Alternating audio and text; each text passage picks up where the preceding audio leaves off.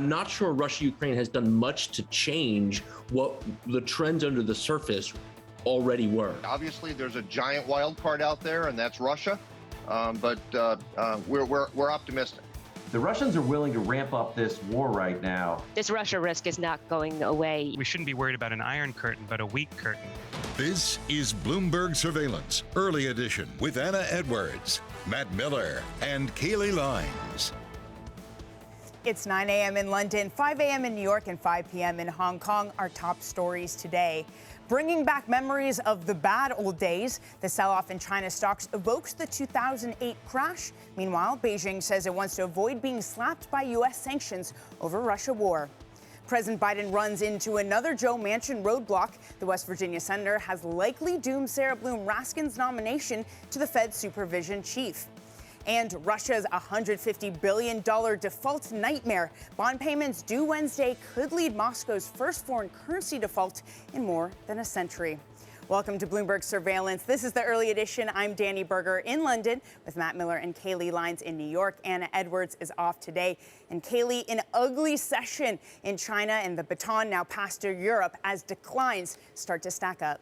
Yeah, ugly is one way to put it, Danny. Absolutely brutal would be another. Really, the best way to capture the picture of Asia overnight is to look at the GMM function on the Bloomberg terminal. What you will see is a lot of red on the screen. For our radio listeners, that's basically all you need to know. You also need to know there's a few black boxes on here, which means a multiple standard deviation move. That is what we saw to the downside for stocks in China and Hong Kong. The CSI 300 was off by about 4.5%. For the Hang Seng, it was even worse, down nearly 6 percentage points, 5.7% or so. That index ending at its lowest since 2016. You have a few concerns at play here. On the one hand, you have China locking down some parts of the country due to COVID-19. You also have concerns about potential ramifications against China due to its ties with Russia. Plus, there is still regulatory overhang on specific sectors, including technology. And I would note the Hang Seng Tech Index was down another 8% today after an 11% decline yesterday. Really, really ugly when it comes to equities. But across other asset classes, I would note that pressure for the global bond market continued overnight. It was down day for bonds or an up day for yields really across the board, including in New Zealand, where the 10-year yield was up nearly 10 basis points to its highest going all the way back to 2017, and a lot of pain for commodities as well. Oil obviously is down hard on the day, but the likes of iron ore also off in Singapore, and palm oil is off by around 5% as well, Matt. So a lot of pain on the screen when it comes to Asia. Yeah, it is really jarring to look at that GMM screen and watch this unfold, this Chinese crash. Meanwhile, S&P futures are down again after the cash trade dropped yesterday. Right now off about 2/3%. U.S. 10-year yields coming down as investors buy that debt, although it's at a relatively high level, 209.22. And I looked just about 10 minutes ago, it was at 211. So pretty high level for U.S. 10-year yields. Room to come down, I guess. NYMEX crude, speaking of room to come down, off 5.5%, so now solidly below $100 a barrel, 97.27 the level there. And Bitcoin off 1%, but Bitcoin not really moving that much. If you've noticed, it's really stuck in this range around 40,000. Right now at 38,383, still risk off, as it seems very correlated with stocks these days. Danny, what do you see in terms of European moves? Well, I can tell you, unlike Bitcoin, they are most certainly not stuck in a range. We're looking at losses of 2% plus for the stock 600. A lot of these regions falling more than 2.3%. That's in the case of the DAX and the CAC Aron. So across the board, as we see Asia falling this morning, that's when European stocks started to fall as well. Believe it or not, the future session actually started higher, but that risk-off tone getting worse and worse as the session unfolds. Bernstein analysts saying despite the fact we've seen record outflow from European stocks, that capitulation doesn't mean we're coming back. In fact, the outflows are likely to continue. That's likely to be the playbook. Now, today is a little bit different in terms of the contours we've seen previously. The worst performing sector today is basic resources. sources. Now, in weeks past, when this has been the worst sector, down 4% today, it means that everything else is rallying because oil is falling, easing some of the inflationary pressure. Well, oil is falling today. Brent crude down more than 5.5%, but still every sector in the stock 600 is in the red today. So absolutely sell everything stocks kind of day. Now, euro is higher. We were just under 110 on the euro dollar. And finally, UniCredit. Interesting story here. One of the most exposed banks to Russia, CEO Andrea Orcel saying that they're contemplating getting out of the country, perhaps a complicated process for them. Still, UniCredit falling with the rest of European banks, down nearly 3%, Kailey. All right, Danny, there is definitely some price action we have to stay on top of, but a lot of other events to stay on top of today as well, including OPEC releasing its monthly oil report at 6:30 a.m. New York time. Could be a catalyst as we see crude prices sinking to the downside. Then UK Chancellor Rishi Sunak will face questions about what the government is going to do to support Britons through a cost of living crisis as he appears before MPs. We'll get some economic data here in the U.S. PPI at 8:30 a.m. New York time. And finally, a programming note, Bloomberg Crypto debuts today at 1 p.m. New York time. The first show features Mike Novogratz, the billionaire crypto investor who heads Galaxy Digital, and I look forward to hosting that with you later on today, Matt. I was going to say, and you and me will be there, and I'm very much looking forward to talking with Mike McGlone as well. Let's get now to our global team coverage with our reporters in Hong Kong, Brussels, on the border of Poland and Ukraine, as well as Washington, D.C. Let's begin with Bloomberg's Enda Curran on China after assets suffered another bout of volatile trading. Really, and is it time we call this a market crash? Well, people are talking about a 2008-style crash here. Big sell-off in both Hong Kong and Shanghai, Matt. It's been driven by two things, led by the tech sector because of concerns about the ongoing regulatory crackdown and prospects of Hong Kong Chinese companies having to delist from the US. And of course, the other side of it is China's ties with Russia and how China will play the conflict with Ukraine there. So all the negative towards China's stock markets at the moment, quite negative, even ignoring somewhat better than expected data that came out earlier in the day. Well, to your point, to the latter reason there, we have heard from China's Foreign Minister Wang Yi saying explicitly that China wants to avoid sanctions. Is the market just not believing that, Enda? Well, everyone's waiting to see what China does signal on Russia's invasion of Ukraine, Danny. Like you mentioned, we had those comments from Foreign Minister Wang today when he spoke to his Spanish counterpart. It does suggest China wants to avoid sanctions, which does suggest they want to play by the Western rulebook on this. But there's a long way to go in this crisis. We've yet to hear a definitive signal from the top from President Xi Jinping. So I think how China plays this remains very much an open question for now, at least. All right, watching the markets fall more than 25% over the period of a couple of weeks is pretty jarring. Enda, thanks very much. Bloomberg's Enda Curran there. What's going on in China? Now, the EU is set to approve banning the sale of some luxury goods to Russia. The latest set of sanctions would ban items worth more than 300 euros and the purchase of many Russian iron and steel products. We spoke to France's Minister of Economy and Finance, Bruno Le Maire. On the new package of sanctions that will be adopted this morning. That's the strongest package of sanctions ever adopted by the European Union in its history. We will have more than 600 Russian people being targeted by those sanctions. Maria Tadeo joins us now from Brussels. So we have this now seemingly constant drip feed of sanctions. What does the latest move mean? Well, Matt, we just had the fourth package that's been approved today in Brussels of sanctions. You're very right. A lot of this hinges around the luxury goods sector. And you could argue it's a little tone deaf to talk about luxury in the midst of a war. But this is really a huge moneymaker for the European industry, and an industry that they hope will target and do damage to the Russian elite that's very used to the made in Italy, the made in France, the really expensive cars that are made in Germany. So that is being approved today. We also know there's going to be a new number of oligarchs that will be targeted. I asked Bruno Le Maire, the finance minister, whether Roman Abramovich would be featured in there. He told me, well, I don't want to get into specifics names, but be sure that no one is untouchable when it comes to sanctions that target the oligarchs. Another issue, of course, this morning here is that the European Union has now confirmed it will strip the most preferred trade status to the Russian Federation. So those are goods and services that are made in Russia into the European Union through the WTO. So it's a very similar move to what the U.S. already announced. The big question, of course, here still continues to be what to do with the energy imports. And Matt, there's a lot of debate here. Countries that really want to go for it, the Baltics, the Poles. Remember, by the way, the Polish Prime Minister will visit Ukraine today. This is unprecedented to see a leader go into an active conflict zone, but they say Ukraine really needs this very strong political signal. And then on the flip side, of course, you have countries like Germany that say when you look at energy, you have to be very careful because you want to hurt the Russians, but you also don't want to derail your economy completely. All right, Bloomberg's Maria Tadeo in Brussels, thank you so much. And while the European Union continues to lay on sanctions, the war also continues. And as the bombardment of urban areas in Ukraine goes on, more people are fleeing the country into Poland. Poland is now calling for financial support from the EU to get through the crisis. Speaking to Bloomberg yesterday, the Polish deputy foreign minister called for an unlocking of the EU recovery fund.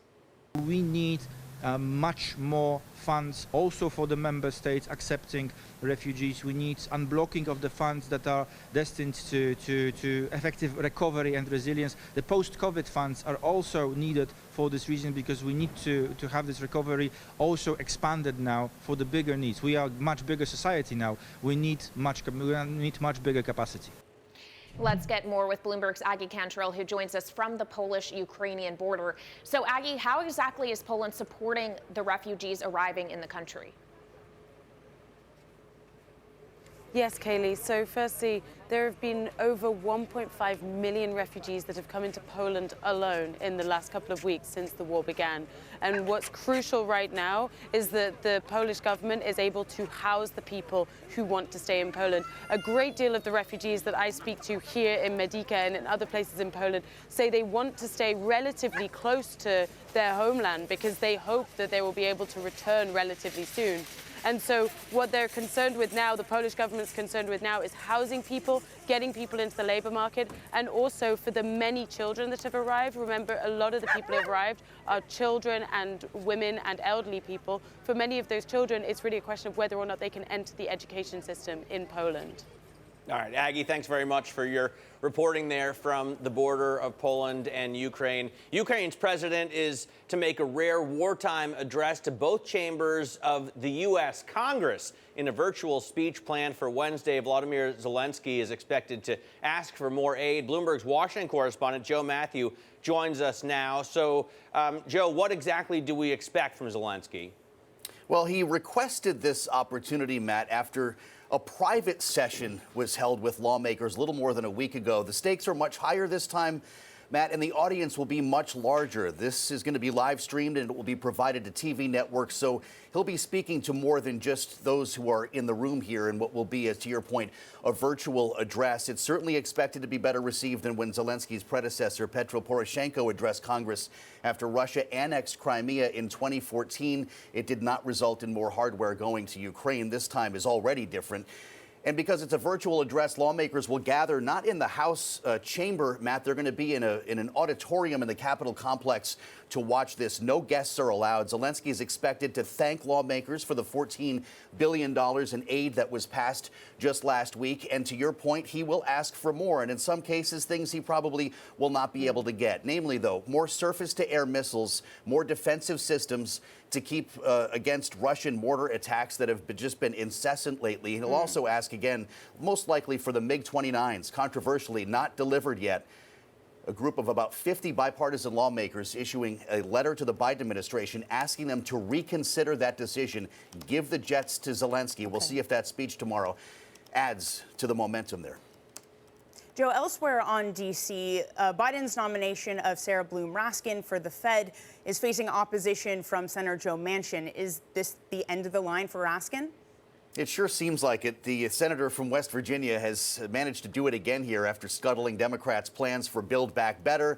He is now essentially torpedoing the president's nominee for vice chair of supervision. Look, it's a question of math. It's a 50-50 Senate without Joe Manchin, and it doesn't appear that any Republicans are prepared to vote for Sarah Bloom Raskin.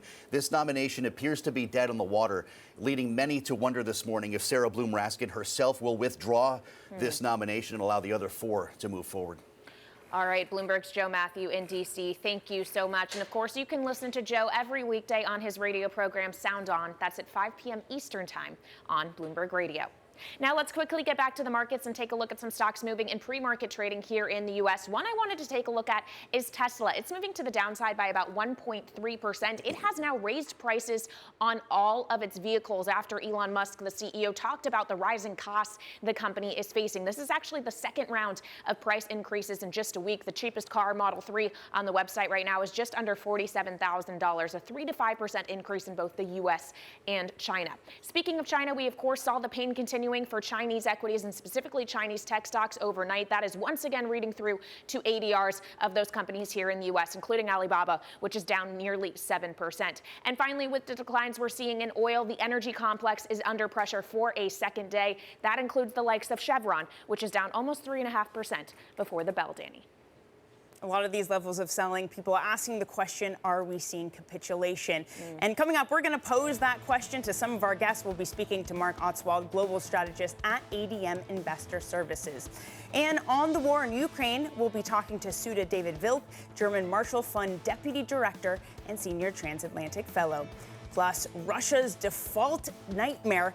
What could happen if Russia fails to pay $117 million in interest tomorrow? That's our big take. More on that next. This is Bloomberg.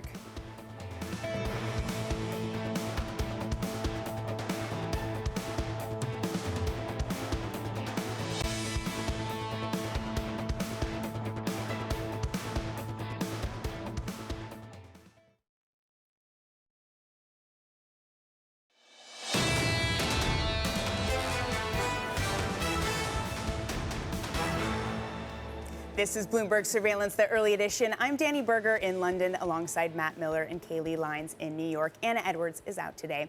Now, Russia has started the payment process of 2 bond coupons due this week.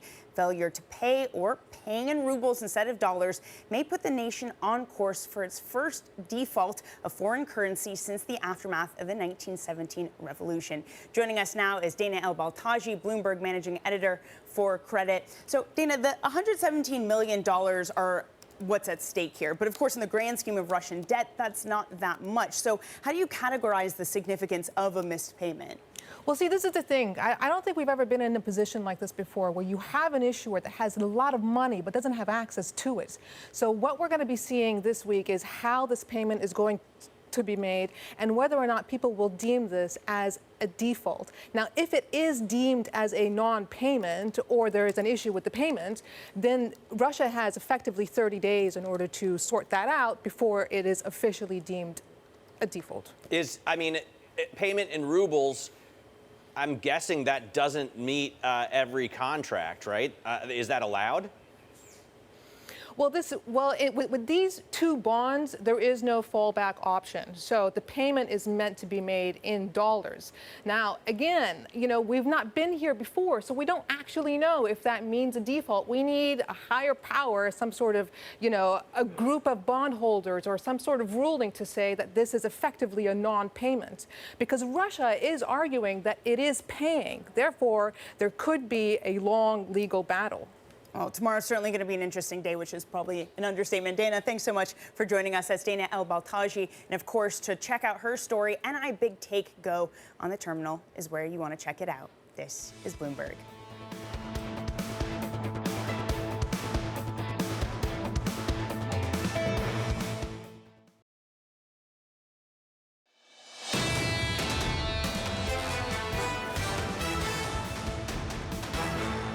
This is Bloomberg Surveillance Early Edition. I'm Kailey Leinz with Matt Miller in New York and Danny Berger in London. Anna Edwards is off today. Now, keeping you up to date with news from around the world, here's the first word. Trading in nickel will resume Wednesday on the London Metal Exchange. It was suspended last week in the midst of a historic short squeeze. The tycoon at the center of the crisis has reached a deal with his banks to avoid further margin calls.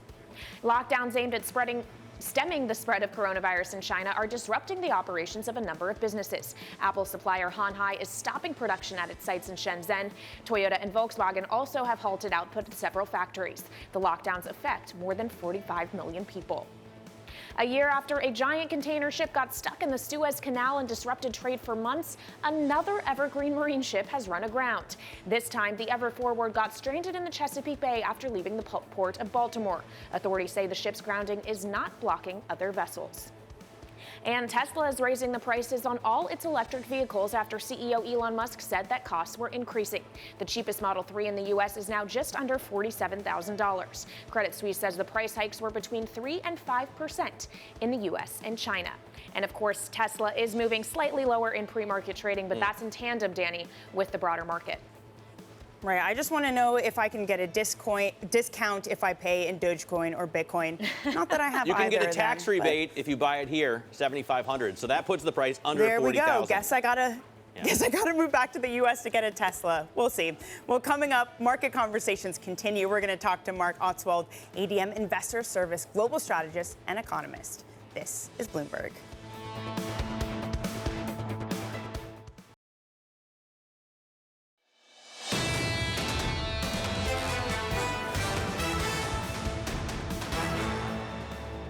This is Bloomberg Surveillance Early Edition. Here's what you need to know.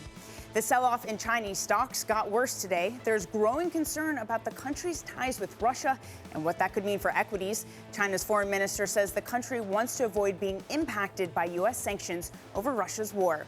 President Biden has run into another Joe Manchin roadblock. The West Virginia Democratic senator has likely doomed Sarah Bloom Raskin's nomination to be the Fed's supervision chief. Manchin joined Republicans in opposing Raskin over her stance on climate change. Russia is on the verge of a $150 billion default nightmare. Moscow starts the process of paying $117 million in interest on dollar bonds Wednesday. It's a key moment for debt holders who've already seen the value of their investments plunge since Ukraine was invaded by Russia last month. I'm Danny Berger in London with Matt Miller and Kailey Leinz in New York. Anna Edwards is off today. And Matt, a really ugly session in Asia and spilling over to Europe. But what does U.S. look like so far? Yeah, continued problems in Asia. And that really, I think, didn't impact the U.S. market at first yesterday, but maybe as investors thought about it, they came to price it in at the end of the session. So we finished down on the S&P cash, and we're off right now in terms of futures, only 0.4%. And, you know, much like yesterday, this could turn around, but it still looks pretty risk off when you look at other indicators. For example, investors are buying the 10-year, pushing the yield down, not very far, still over 210 right now, but nonetheless, they feel they need the safety maybe of the 10-year bond of government debt. Bitcoin also down, only 0.25%. Nonetheless, it's still a red arrow. I will point out 38,633. We're going to talk to Mike McGlone in just a moment about the lack of volatility that we've really seen in this asset. We haven't seen that lack in crude. It's off another 5.5% today, down below 100 at $97.49 a barrel. Kailey, what do you see in terms of the pre-market movers? Well, alongside that move lower in oil, you're seeing energy stocks broadly under pressure in the early hour session, Matt. The likes of Marathon Oil, Occidental Petroleum down 6% and 5.4% respectively. So it looks like it will be another energy sector laggard kind of day. The other stocks you're seeing under pressure once again are Chinese ADRs, the likes of Alibaba or JD.com, which of course are under immense pressure. You had the NASDAQ China Dragon ETF hitting its lowest since 2013 yesterday. Those losses look set to continue with those stocks down about 5 to 5.5% before the bell, Danny.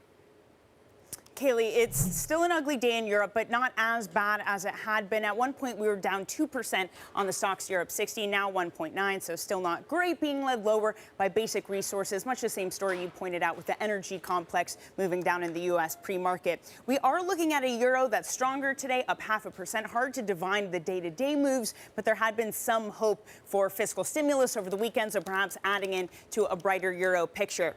Nat gas, the Dutch front-month futures, really volatile day yet again. At one point, this was down nearly 8%. Now it's up 7.4%. It was trading near the low since before the war broke out, but again, picking up today. So just a lot of back and forth. Finally, UniCredit, the bank, falling 3% today's session. CEO Andrea Orcel saying that they are now contemplating completely exiting from Russia. Kailey?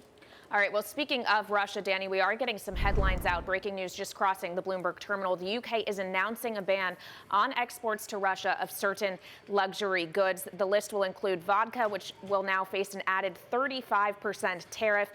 They, of course, are joining G7 allies in this. We had heard from Europe earlier on. The UK will also deny Russia and Belarus access to the most favored nation tariff. So again, joining the likes of the US and Europe in those moves. UK announcing new bans, exports tariffs on Russian luxury goods. So we will continue to monitor those headlines. Also joining us now, Marc Ostwald, Global Strategist and Chief Economist at ADM Investor Services International. Marc, a line that stuck out in the notes you sent over to us before the show that stuck out to me was it will take months, if not years, to roll back what has been put into place, reintegrating Russia into the global economy even longer. What are the long-term implications of this conflict, if we can even look ahead that far? Well, we can certainly make some educated guesses. I mean, we've basically, Russia has isolated itself and we've isolated Russia. To roll that back will require some trust to be rebuilt. I think that's the most important thing. We've broken a lot of eggs here and they're broken. To restore that without a change of leadership, above all, would be nigh on impossible. That's a change of leadership in Russia. And secondly, we are in danger, having taken the measures, which were quite understandable in terms of freezing the Russian central bank assets, of creating a fragmented global payment system and a financing system. And that has enormous implications, above all, for commodity trade and energy trade. What does that look like in the commodity energy market? Is it the kind of volatility we're seeing now or something else? Well, it's all the way down the line, basically, because people now basically are looking at the whole time, am I transporting a sanctioned product? Goes to the banking system and people say, right, who are you doing this for? Can you prove to us? So you've got this fear factor, which tops everything else. And I think this is the most important thing, because it slows everything down, because everyone spends a whole lot of time going to their lawyers, doing background checks, and that slows global trade overall, particularly if you get further down the line, where there may be circumvention systems, which aren't probably in place now, and people have to be even more careful. Yeah, this reminds me of what Zoltan Pozsar over at Credit Suisse said, that it's equivalent to the financial crisis, where all of a sudden you're sorting through your portfolios, looking to see if you're exposed to the housing market. Is this where we get into the risk of a VAR shock? Oh, definitely. I mean, I think we're already partly there. I think what's underpinning us at the moment is the measures, the central banks still have all that huge amount of liquidity which they've pumped in. It's still flying around financial markets, but it's got to this point, obviously. Central banks own a lot of the collateral which we use nowadays for secured lending. We don't do unsecured lending anymore since the global financial crisis. And they just end up, most of that collateral isn't tainted. It's fine. But from a risk department and from a legal department perspective, at any institution, the risk reputational risk just to start with, and the risk that then people say, oh, hold on a minute, I think you've actually got this money or these goods from somewhere that we believe to be sanctioned, suddenly puts a completely different hue on things. And with, as one very simple example, 18% of the global marine shipping fleet is populated by Russian and Ukrainian sailors. Does this mean, by the way, Marc, that we're not going to see like Elliott go in and try and buy debt at 5 cents on the dollar because of that reputational risk? No, I don't think that's necessarily the case. In fact, if you look at where Russian bonds are trading at the moment, roughly 20 cents in a dollar, it's how we resolve this, because at some stage people will go, well, hold on a minute, they've actually not got a huge debt to GDP ratio. We've got our hands on all these assets. Let's get those people repaid. And then suddenly you look at it in valuation terms and you say, okay, I can't trade it at the moment, but in the longer term view, you should be basically repaid because the assets are actually there. And that's the big distinction between now and 1998.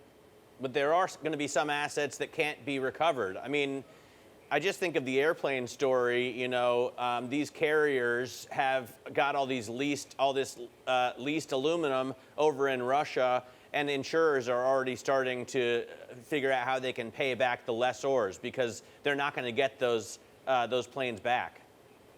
No, and that's where, you know, the things get complicated because, you know, I'm just talking about the higher level sovereign debt and some of the corporate debt.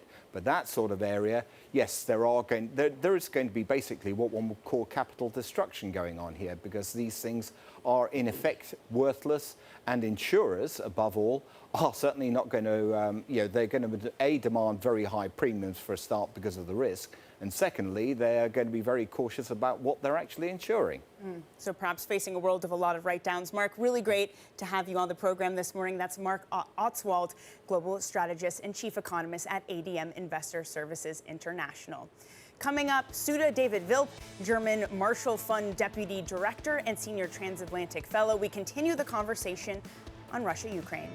This is Bloomberg.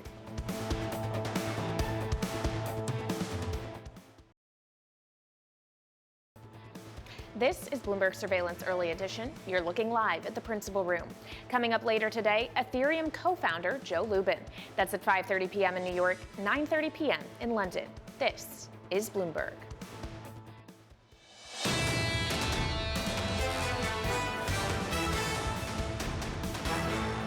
At the end of the day, the Chinese needs to make up their mind. If Beijing is really so concerned with safeguarding its strategic objectives, its national objectives, its business objectives, including in Europe, I think they need to switch, that they need to make clear on which sides there are. That was the former NATO Deputy Assistant Secretary General saying that China needs to make up its mind. We're also just getting lines now in from the Kremlin spokesman Dmitry Peskov speaking on a conference call saying that the fact that Ukraine talks are continuing are, quote, positive, but saying it's too premature to discuss the results of that. Also talking about sanctions, saying that they must be considered when it comes to the Iran deal talks as well, and that economic difficulties are, quote, opportunity for development. Well, let's talk about the wider picture when it comes to Ukraine and Russia and the rest of Europe. Joining us now is Sudha David-Wilp, Deputy Director of the Berlin office of the German Marshall Fund of the United States. Sudha, thanks so much for joining us this morning. So the Kremlin, they're talking about the economic difficulties brought on by sanctions from Europe, from the U.S. The West has been pretty united, at least in the beginning, when it comes to these sanctions. Would you say that unity is seeming to last?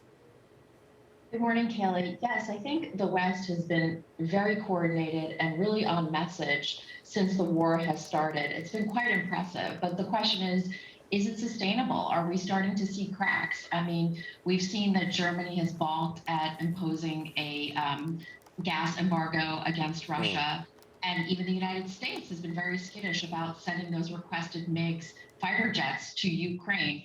So, you know, I think that there is some hesitation about being dragged into a wider conflict.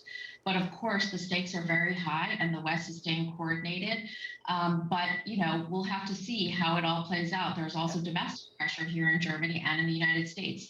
Midterm elections in the United States and rising gas prices here in Germany. How much work is being done, Sudha, to wean the German economy off of Russian gas? I mean, are companies and states, you know, conducting, I guess, surveys as to how they can find some other power source? That's a great question. I think that's the conundrum right now for the German economy. Germany has signaled that it's ready to transform. It's ushered in a turning point era, as Chancellor Scholz said in his speech in Parliament a few days after the war started.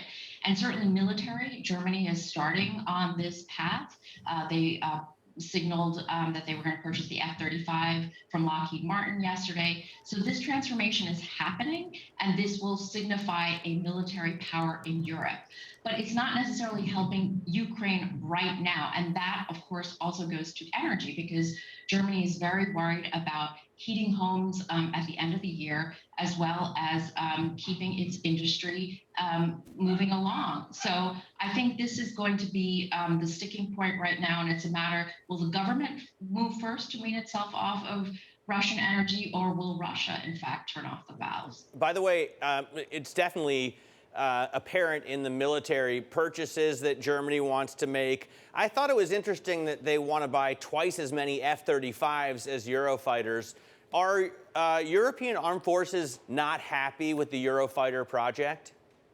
Well, I think the war in Ukraine has been a signal that this idea of strategic autonomy is now on the back burner for Europe. I think that Scholz also signaled during his visit to the White House last month that the transatlantic relationship is, or Europe is stable because of the transatlantic relationship.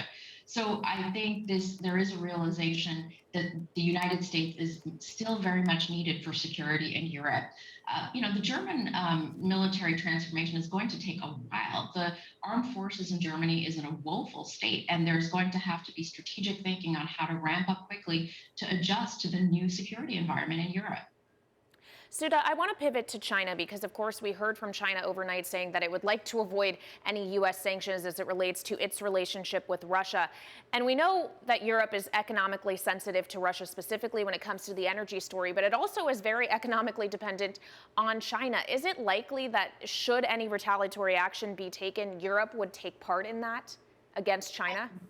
I think so, Kailey. I think that there is a realization here in Berlin, for example, as it disassociates itself away from Russia, that it's also going to have to ask hard questions about trade with China and dealing with autocracies. So I do think that really the ball is in China's court. It's probably hedging right now and maybe ultimately will carve out its own path. But I think it probably wants to risk going down the road with Russia and tarnishing its bad image already in Europe, risking trade relations, and of course, harder retaliation from the United States, which is what U.S. National Security Advisor Jake Sullivan has signaled. So are we reaching the limit, Sudha, of what China is willing to risk? I think we simply don't know. I think that behind the scenes, we'll have to see what comes of it. But I think China also is wondering about whether this invasion that Russia has undertaken is going to be successful and probably doesn't want to go down with a sinking ship. So I think right now it's sitting on the sidelines and hedging, and we're going to have to wait and see. But in the meantime, Europe and the United States have to be coordinated and have to have a uniform stance vis-a-vis China. Sudha, I want to go back to this question of defense spending. You and Matt were talking about it coming out of Germany. But following this conflict more broadly, to what degree is the state of European security forever changed? The state of European security is forever changed in the sense that, a country like Germany is realizing that the 30 years since the fall of the wall has been just simply a respite from history, and that Germany needs to spend and other countries need to fulfill their NATO commitments in order to safeguard their own democracies. Certainly, they're very, grateful that the U.S. has been in close coordination with Europe, but there is also a realization that Europe also has to have its own capabilities to make sure that it can take care of its security needs in the immediate neighborhood. Sudha, thanks for putting up with my hyperbolic questioning and keeping us grounded. That's Sudha David-Wilp, Deputy Director of the Berlin office of the German Marshall Fund of the United States. Coming up, more on Ukraine. We'll be speaking with CFR Senior Fellow Stephen Sestanovich. That's at 8 a.m. in New York, 12 p.m. in London. This is Bloomberg.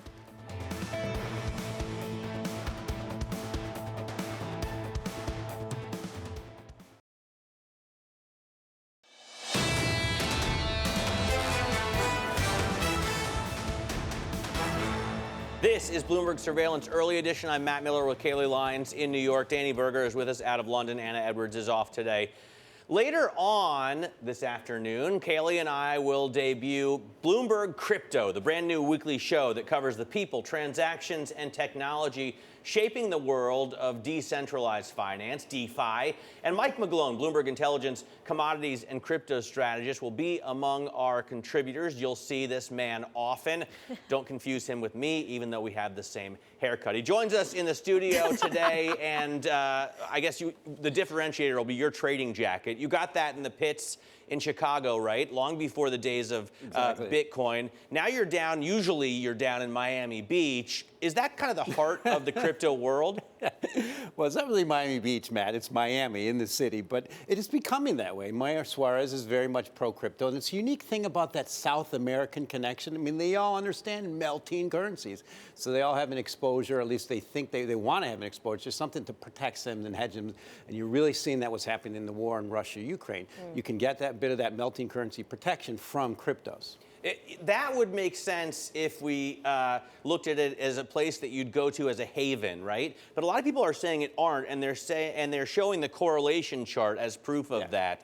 You can see an increasing correlation to U.S. stocks, especially if you max it out over time. But of course, obviously, both have gone up since Bitcoin's creation in 2009. But the key thing for this year is there's no more powerful force than when the S&P 500 goes down. And to me, that's the key fact to remember about this year. Fed's going to tighten. It's going to tighten more until the stock market goes down. Crypto's going down. And it's the key thing is you don't want to fight the Fed. And what are the riskiest assets? Cryptos. So they're going down the most. But the unique thing that's happening is Bitcoin is coming out ahead. It's actually showing divergent strength. So on the year, NASDAQ's down about 20%. Bitcoin's down like 15%, despite the fact Bitcoin typically trades about 3 to 4 times the volatility of the NASDAQ. So it's coming around. But right now, I still think we have much more winter to go. But the stock market is the bigger problem. Okay, so the stock market may be a problem. What about the commodity complex? Because what else we're seeing going down is oil, and in a big, big way that continues today. What does that relationship look like? Mean reversion, Kailey. It's a key thing about oil. People start to, they don't like to hear it, the higher price cure, but that's what you see in this chart. Oil just got way too expensive versus its 100-week moving average, which is about 4 years. It was the most expensive in futures history. Now, I was in the trading pits. Wearing this coat in 1990 when, Iraq, when Saddam Hussein invaded Kuwait. Oil went from 20 to 40, then right back down to 20. That's our risk. It goes right back to 50. That's what it does. It creates its own demand destruction. And that's the big differentiation with Bitcoin and Ethereum. There's no elasticity of supply. Price goes up, you can't create more Ethereum and more Bitcoin. In fact, that supply is declining. And so from a commodity guy, you see that, Mike. Wow, this is revolutionary. The key difference is there's about 18,000 wannabes in cryptocurrencies. There's a lot of excess speculation. We're purging that. But to me, it's the stalwarts that are winning. We're showing it again this year. Bitcoin, Ethereum, and the key thing is crypto dollars. The most widely traded cryptos are dollars, stable coins, but I call them crypto dollars because they all track the dollar. Mike, I feel like this is a really good preview for Bloomberg Crypto, which I'm very excited for. So I'm going to steer the conversation to oil to, not spoil too much with you three. So we've seen oil spreads. I mean, WTI widened to 3 cents more than usual. Mike, quickly here, is there a liquidity problem in oil as well? No, there's an overpriced problem. It's just got to go back to close to 50. That's what it's been doing forever. Most notably since 2008 when it peaked around 145, and here we are below 100. Why is it still lower? Because it still has an oversupply problem. And now that we're probably heading towards a global recession, oil's got a big risk of going back towards 50. And guess what? Since 2014, it's traded that price every year. I don't see why this year should be different. All right, Mike McGlone of Bloomberg Intelligence, thank you for joining us early this morning, Matt, and I look forward to seeing you later on the premiere of Bloomberg Crypto. Again, that's at 1 p.m. New York time. Our guest will be billionaire crypto investor Mike Novogratz, so you don't want to miss it. Of course, that's coming up later today, but coming up just ahead of this break, more Bloomberg Surveillance is ahead. We'll hear from the CFO of German utility RWE and Liz Ann Saunders of Charles Schwab, among others. This is Bloomberg.